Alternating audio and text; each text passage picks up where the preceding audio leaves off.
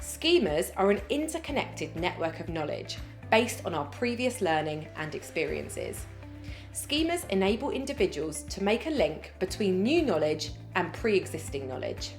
When we start linking information together, we are consolidating prior knowledge and building new knowledge to create an overarching concept which is more accessible.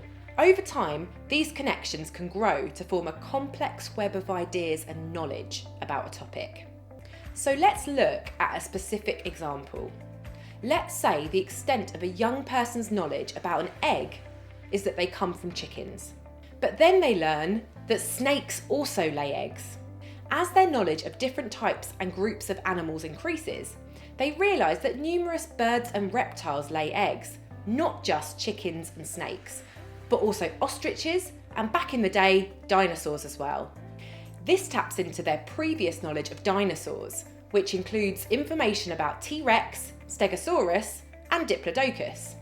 There are also different ways to eat eggs. For example, they can be fried, scrambled, or poached. And as their knowledge of food increases, they learn that eggs are a good source of protein, as are fish, tofu, and chicken.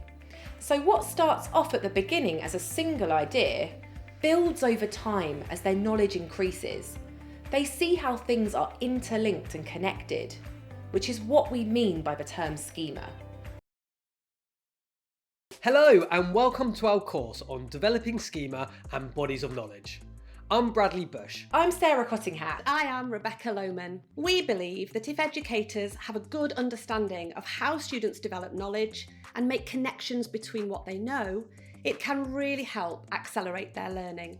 Armed with this knowledge about how students learn can significantly improve what and how we teach. And that is what this course is all about.